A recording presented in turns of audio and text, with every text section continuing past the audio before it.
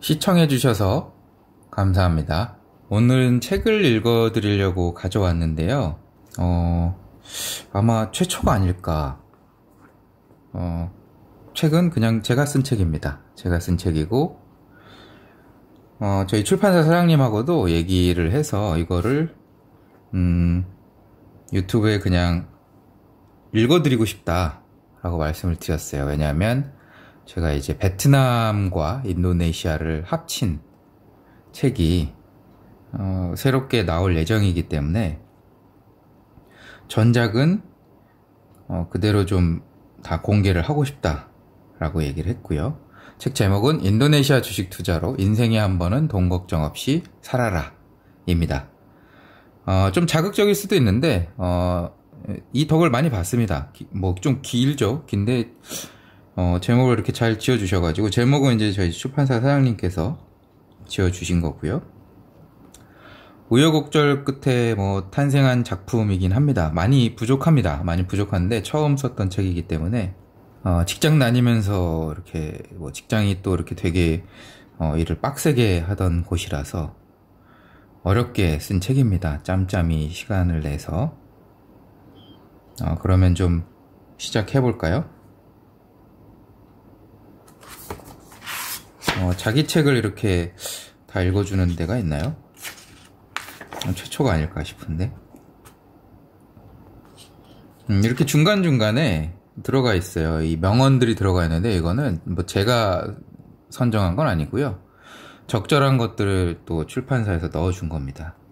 근데 적절하게 잘 괜찮은 내용들이 많이 들어가 있더라고요. 여기도 보면 모든 투자자가 저지르는 가장 큰 실수 중 하나가 너무 짧은 시간에 큰 돈을 벌려는 충동을 느끼는 것이다. 즉 100배 이상의 수익을 10년에 걸쳐서 얻기보다는 단 1년 내에 벌려는 시도를 한다는 점이다. 제시 리버모어 이렇게 돼 있죠. 네, 맞는 말인 것 같습니다. 다들 이제 마음이 급하셔서 뭐 공부하는 것도 마찬가지고, 그 다음에 뭐 일을 할 때도 그렇고요. 억지로 하면 안 되잖아요. 마찬가지로 돈을 버는 것도 억지로 한다고 되지 않더라고요. 항상 순서가 있고, 그 다음에 시간이 투자가 돼야 됩니다. 주식 투자도 마찬가지인데요. 주식 투자는 당연하게도 도박이나 이런 게 아닙니다. 과학적이고 수학적이고, 과학적이라는 말이 맞나요? 수학적이고, 굉장히 우리가 살아가는데 많은 도움을 주는 그런 긍정적인 역할을 합니다. 자본시장이 없으면 경제가 돌아가질 않죠. 우리가 쓰는 뭐 아이폰, 그리고 지금 찍고 있는 이런 갤럭시 같은 휴대폰들도 주식 투자자들이 없으면 탄생하지 못했습니다. 아무튼 오늘은 뭐 책을 읽어주는 시간이니까, 초판은 2015년 11월 16일에 발간했다라고 되어 있는데, 사실은 조금 더 일찍 나왔습니다. 근데 이제 날짜를 이때를 발간일로 한 거죠. 그렇고요. 머릿말부터 좀 읽어드리겠습니다. 남들 모를 때가 기회다. 10년 빠르게 행동하라.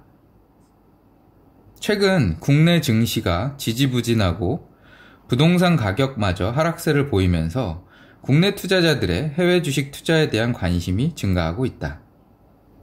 지금까지 해외 주식 투자는 미국, 일본 등이 주류를 이루었다. 하지만 작년 중국의 상하이와 홍콩 주식의 교차 매매가 허용되는 후광등 시행으로 큰 변화를 겪었다. 그동안 비공식적인 루트로 혹은 펀드를 통해서만 투자가 가능하던 중국 상하이 증시에 직접 투자가 가능한 길이 열린 것이다. 많은 투자자들이 중국 시장으로 눈을 돌리는 계기가 되었다. 라고 되어 있죠. 사실 뭐 국내 증시가 지지부진하고 부동산 가격이 하락세, 지금하고 비슷하죠. 뭐 부동산 가격이 하락세를 보이는 건 아니지만 이제 정책적으로 좀 눌러놓은 상황이고요. 국내 증시가 지지부진하다. 지금 증시 되게 안 좋죠. 국내뿐만 아니라 글로벌리하게. 2015년도 제 책이 나올 때도 마찬가지였어요. 그때도 이제 유럽 위기다, 영국의 브렉시트다 뭐 이렇게 해가지고 굉장히 잡음이 많을 때였습니다. 그래서 지금 같은 시기에 투자해도 되나 뭐 이런 얘기가 많이 나올 때였는데, 그때 투자했으면 돈 많이 벌었죠. 계속 읽어볼게요. 이를 틈타 대부분의 국내 증권사는 중국 투자에 대한 마케팅 열을 올리고 있다. 글로벌 무대에서 G2로 성장한 중국에 투자하면 무조건 성공한다는 논리다. 실제로 이 당시에 그랬었어요. 네. 중국에 투자하면 무조건 성공한다. 사실 이 책도 그런 컨셉으로 쓴 거죠. 네. 중국뿐만이 아니다. 신흥국에 투자하면 무조건 좋다.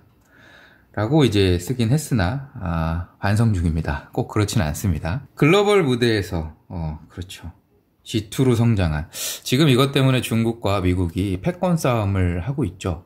저는 이제 이게 세계 3차 대전이 아닌가 뭐 이런 생각도 하고 있는데, 이제는 총칼로 싸우는 시대는 끝났죠. 이제 경제력이나 아니면 에너지 자원, 그리고 환율 이런 것들로 싸움을 합니다. 그리고 우리나라하고 일본까지 지금 확전이 된 상황이고요. 이 때문에 후광퉁 시행 이후 거래가 폭등하고 중국 경제 발전에 대한 기대감으로 주가가 큰 폭으로 상승했다. 하지만 지금은 후광퉁 시행 이후 매일 신고가를 경신하며 급등하던 상하이 종합 증시가 40% 가까이 폭락한 후 쉽게 회복하지 못하고 있다.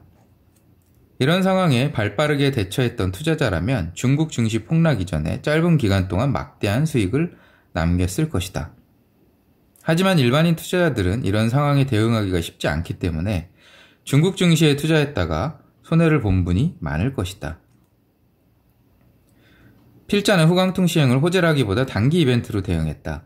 일반 투자자들이 너도 나도 묻지마 투자를 시작하면 그 시장은 이미 위험하다는 신호이기 때문이다. 따라서 후광퉁 시행 이후 신고가를 경신할 때마다 주식을 모두 매도하고 지금은 중국 주식 투자에 신중을 기하고 있다. 중국은 이제 너무 많은 전문가가 있고 투자자 또한 많다.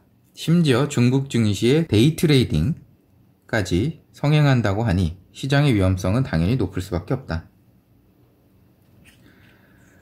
이러한 투자는 성과가 높지 않을 것이라 단언할 수 있다. 워렌 버핏은 잘 아는 종목 외에는 투자하지 않는 원칙을 고수해 지금과 같은 부와 명예를 쌓았다. 필자 또한 워렌 버핏과 같이 장기 가치 투자를 선호하는 투자자로서 잘 알지 못하는 종목이나 시장에는 투자하지 말자 라는 그런 원칙을 고수하고 있다. 한국 증권시장에 우리에게 익숙한 기업이 상장되어 있다고 해도 이 기업에 투자해서 수익을 내기란 쉽지 않다. 하물며 직접 본 적도 없고 사용해 본 적도 없는, 심지어 공부조차 해보지도 않은 중국의 주식 종목에 투자해서 수익을 내기란 결코 쉽지 않다. 이 부분은 사실 중국을 깔려고 쓴 건 아니고요. 너무 많은 분들이 묻지마 투자를 하던 시점이었습니다. 실제로 저는 중국 투자하다가 당시에 다 수익 실현을 하고 나왔고요. 이 불나방이 모여든다 그러잖아요. 불빛에 확 타오를 때 뭔가 이렇게 사람이 몰리는 시장은 그렇게 좋지 않습니다. 제가 베트남과 인도네시아 주식 투자 시장에 계속 관심을 가지는 이유도 아직도 많은 사람들이 모르고 별로 관심을 두지 않기 때문에 관심을 두는 겁니다. 누군가 관심을 많이 주고 몰려가는 시장들은 고평가되어 있다고 보시면 됩니다. 중국뿐만이 아니다. 미국의 구글, 애플이나 일본의 소프트뱅크 등에 투자하여 최근 큰 수익을 얻은 분들 또한 많이 보인다.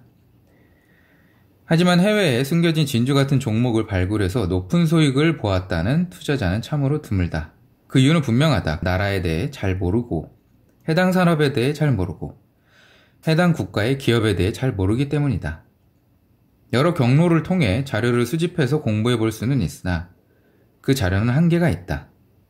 직접 보고 느낀 것이 아니기 때문에 현실감이 떨어지는 것이 당연하다. 그거를 좀 밑줄을 좀 긋긴 그러니까 요걸로 애플 펜슬이긴 한데 이게 가리켜가면서 읽을게요. 따라오실 수 있도록. 시장은 글로벌 경제 흐름, 환율, 각국의 기준금리 등에 복합적으로 영향을 받는다. 내가 투자한 해외 주식의 주가가 오르더라도 환율이 약세를 보여서 손해를 보는 경우도 덜어 있다. 즉 결국 시장에 작용하는 모든 요인들을 종합적으로 고려해야 하지만 일반인 투자자들에게는 여간 힘들고 까다로운 일이 아니다. 여기 나오죠. 환율. 이거 되게 중요합니다. 해외 투자할 때. 어느 나라건 환율이 되게 중요한데 환율이 약세를 보일 때 오히려 투자를 하면 향후에 환율이 강세, 그 나라 환이 강세로 돌아섰을 때 오히려 환차익을 볼 수 있는 거죠.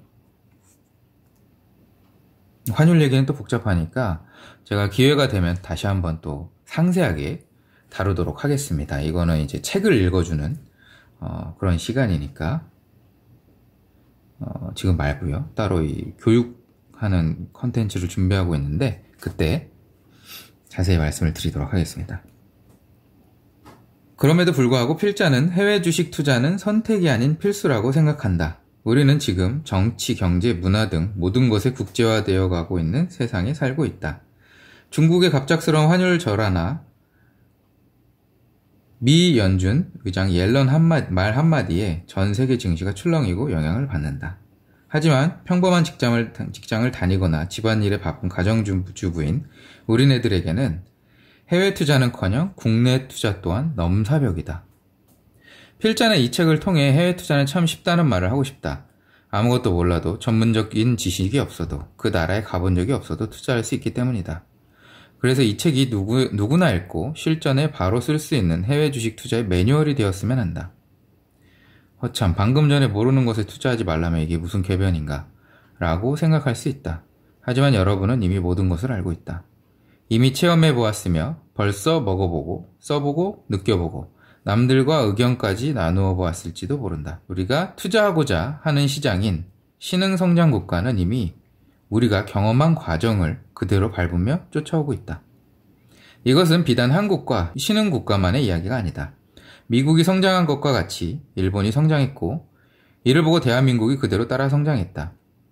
이런 미국, 일본, 한국을 따라잡고자 부단히 노력해온 중국 또한 비슷한 흐름으로 발전해 오고 있다.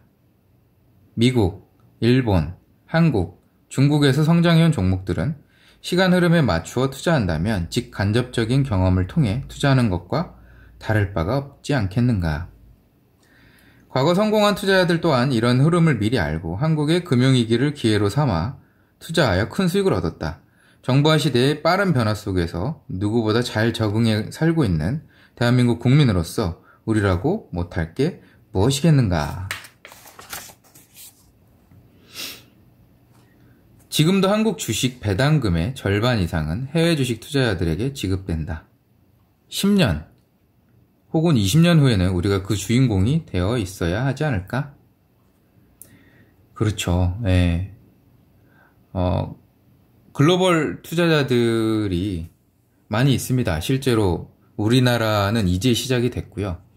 에피소드인데 제가 인도네시아에서 근무를 했었습니다. 인도네시아에 있는 증권사에서 근무를 했는데 거기서 이제 보고 깜짝 놀란 게 있었어요.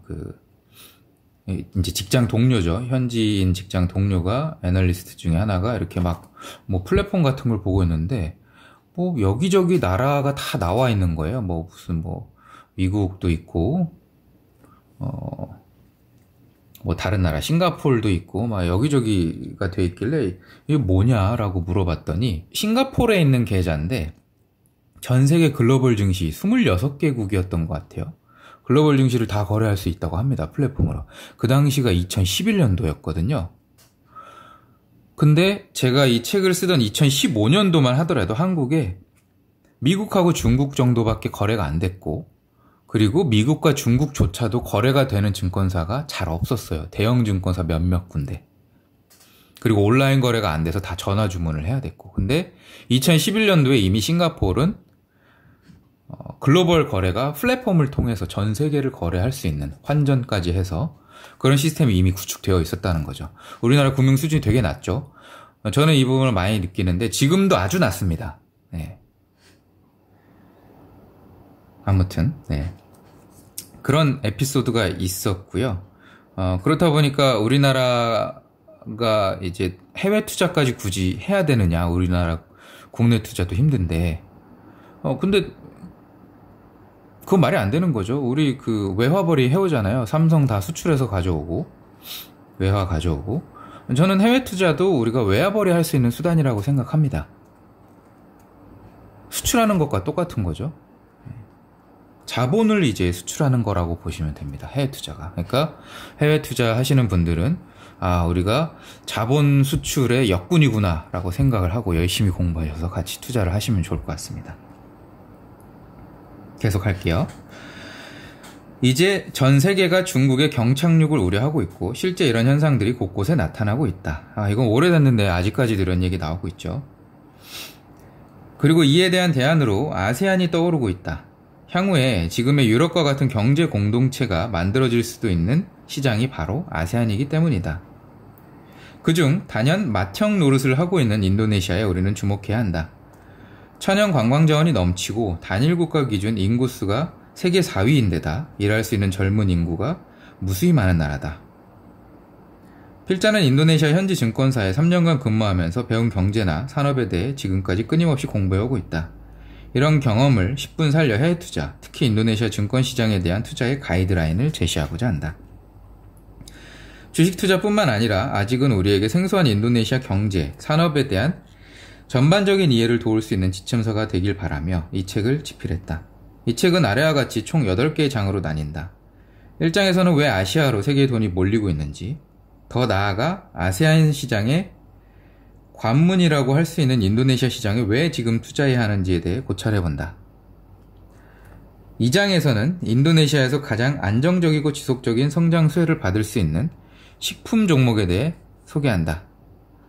과거 한국과 일본의 대표 종목 사례를 통해 인도네시아 대표 종목이 어떻게 성장할지 살펴본다. 3장에서는 인도네시아 인프라 개발 정책을 통해 가장 먼저 수혜를 입을 통신산업에 대해 소개한다. 그리고 현지 생활을 통해 느꼈던 통신산업의 실태와 향후 발전 가능성에 대해 최대한 쉽게 풀어서 설명하고자 했다. 4장에서는 인프라 개발의 꽃이라고 할 수 있는 인도네시아 건설 시장에 대한 전망과 함께 정부의 인프라 투자 계획에 따라 어떤 산업이 더 유망한지 알아보았다. 특히 세계 최대의 도서국가에서 가장 중요한 인프라 산업은 어떤 것인지에 대해 집중 탐색한다. 5장에서는 산업의 발전과 함께 성장할 수밖에 없는 금융산업에 대해 한국과의 차이점이 무엇인지 살펴본다. 뿐만 아니라 이제 초기 단계인 전자상거래 시장과 이슬람 금융시장의 성장에 따라 어떤 수혜를 받게 될지 알아본다. 6장에서는 인도네시아 인구 구조 및 소득 수준 변화에 따른 제약산업의 전망을 살펴본다. 글로벌 제약 헬스케어 시장의 급성장이 예상되는 가운데 인도네시아 제약 시장의 특징과 대표 제약사에 대해 두루 살펴본다. 7장에서는 지지부진한 흐름을 보이고 있는 한국, 일본의 부동산 현황에 대해 간략한 소개와 상대적으로 건실한 성장을 이루고 있는 인도네시아 부동산 시장과 비교를 진행한다. 특히 필 앤더슨 연구소에서 고안한 18년 부동산 시계를 통해 인도네시아 부동산 시장의 현황과 전망을 파악해본다. 마지막으로 8장에서는 인도네시아 직접 투자를 위한 기본 지식을 소개하고 브록에는 본문에 담지 못한 유망 종목을 추가로 소개한다. 2에서 7장으로 구성된 부분은 먼저 과거 한국과 일본의 대표 종목 흐름에 대해 소개한다. 그리고 바로 인도네시아 시장에 대한 흐름과 함께 대표 종목 등의 순으로 구성했다. 보고서처럼 무겁고 진지한 내용보다는 현지 경험을 바탕으로 재미있게 소개해 누구나 쉽게 이해할 수 있도록 노력했다. 누구든지 가벼운 마음으로 읽으면서 인도네시아의 경제 및 주식시장에 대해 이해할 수 있도록 하는 것이 필자의 목표다. 최근 미국 연방준비제도 이사회의 금리 인상 가능성 피력으로 글로벌 증시와 환율이 요동치고 불확실성이 증가하고 있다. 인도네시아 증시 또한 마찬가지다. 환율은 40% 이상 상승하고 증시 또한 등락을 거듭하고 있다. 이 때문에 요즘에는 인도네시아도 금융위기가 오는 것 아니냐, 지금 투자했다가 폭락하면 어떻게 하냐 등과 같은 질문을 많이 받는다. 하지만 필자의 의견은 다르다. 거꾸로 생각해보면 환율이 40% 이상 절하된 상황이기 때문에 차후 반등한다면 40% 이상의 환율 이익을 고스란히 얻을 수 있다. 무엇보다 환율이 안정되면 경기 상황이 안정되기 때문에 주가 또한 상승한다. 따라서 차후에 적게는 수배에서 많게는 수십 배, 수백 배까지 수익을 볼 수 있는 것이다. 금리 인상과 관련해서 지금 인도네시아의 외환 보유고는 1천억 달러 이상으로 위기에 안정적으로 방어할 수 있는 수준을 유지하고 있다. 또한 과거 외환위기를 겪었던 경험을 바탕으로 지속적인 안정관리를 실시 중에 있다. 금리 인상의 실시는 경기가 좋아지고 있다는 증거다. 이후 불확실성이 제거됨에 따라 인도네시아 등 신흥국 경제와 증시는 다시 한번 달릴 것으로 예상한다. 아마도 지금과 같은 가격에 인도네시아 주식시장의 우량 종목을 구매할 수 있는 날은 다시 오지 않을 것이다. 집필을 시작하며 곧 책으로 보여드리겠다고 약속했으나 그 약속을 지키지 못했다. 지병으로 먼저 돌아가신 어머니께 이 책을 바친다. 실제로 각 장에 나와 있는 그런 종목들과 산업에 대한 소개가 있는데요. 사실 소개하고 싶지 않았는데 소개했던 그런 산업군들도 있긴 합니다. 왜냐하면 구색을 좀 맞춰야 되기 때문에 그런 부분들을 좀 요청을 하시더라고요. 그래서 이제 소개를 한 그런 내용도 있고요. 그리고 각 장에서 소개했던 산업이나 종목에 대한 것들을 지금 새로 쓴 책에 다 집어넣었습니다. 피드백을. 그렇기 때문에 사실 새로 쓴 책이 나오면 이거를 안 봐도 되죠. 안 봐도 되는데 그래도 유용한 내용은 있을 것 같아요. 예. 그래서 읽어드리는 거고요. 그리고 실제로 저희 어머니가 이제 그때 지병에 있으셨는데 책이 나오는 거를 못 보시고 먼저 세상을 떠나셨습니다. 네. 그 다음에 이렇게 목차가 쭉 나오는데요. 1장부터 8장까지로 구성이 되어 있고요. 처음 책을 썼기 때문에 구성이나 이런 것들도 고민을 되게 많이 했고, 그 다음에 내용 중에서 부족한 것들도 많을 겁니다. 처음에 책을 썼을 때 너무 어렵게 써서 한 두세 번 빠꾸를 먹었습니다. 그러니까 거의 보고서 쓰듯이 쓴 거죠. 제가 이제 리서치 컨설팅 회사에 있으면서 리서치 업무 위주로 하다 보니까 다 이제 수치와 그래프 이런 거 위주로 써가지고 좀 쉽게 써달라라는 얘기를 한 100번 들은 것 같아요. 그래서 최대한 쉽게 쓰려고 노력을 한 거고요. 그럼에도 불구하고 2015년이면 벌써 4년 전이죠. 4년 전이기 때문에 많이 실력이 부족합니다. 많이 부족할 때 썼습니다. 그 점은 감안하셔서 따라와 주시면 될 것 같습니다. 이렇게 단락별로 이렇게 앞으로 읽어 드릴 거예요. 오늘은 이제 머릿말 읽어 드렸고, 뭐 이렇게 나와 있죠. 왜 아시아 신흥국으로 전 세계에 돈이 몰리는가. 그 다음에는 여기를 읽어 드릴 거고, 그 다음에 기축통화로 본 세계 중심국가의 이동, 뭐 이런 것들. 이렇게 단락별로 쭉 읽어 드릴 겁니다. 그렇게 해서 25개 단락이죠. 그 다음에 뭐 부록도 있고 하니까, 이게 일주일에 한 번 올라가 가지고는 너무 오래 걸리겠다. 25주니까. 일주일에 2번 정도 올리도록 하겠습니다. 읽어서. 읽으면서 제 의견도 조금씩 넣어 드릴 거고요. 오늘은 요 정도로 마치도록 하겠습니다. 다음 시간에는 1장 쌈짓돈으로 대박나는 인도네시아 주식 투자. 그 첫 번째 단락인 왜 아시아 신흥국으로 전 세계에 돈이 몰리는가 부분을 읽어드리도록 하겠습니다. 네, 이렇게 뭐 긴 시간 들어주셔서 감사하고요. 이 책 한 권 그대로 다 읽어드릴 거니까 네, 꾸준히 와서 들어주시면 좋을 것 같습니다. 저랑 같이 경제 공부한다라고 생각을 하고 들어주시면 좋을 것 같고요. 네, 계속 들어주시려면 당연히 구독과 좋아요 따봉도 눌러주시고, 그 다음에 알람 설정, 네, 왜 이렇게 하냐 그러던데 딸랑딸랑 알람 설정을 좀 해두시면 영상이 올라올 때마다 또 알람 메시지가 가죠. 네, 알람 설정까지 해주시면 좋을 것 같습니다. 네, 긴 시간 들어주셔서 감사합니다. 고맙습니다.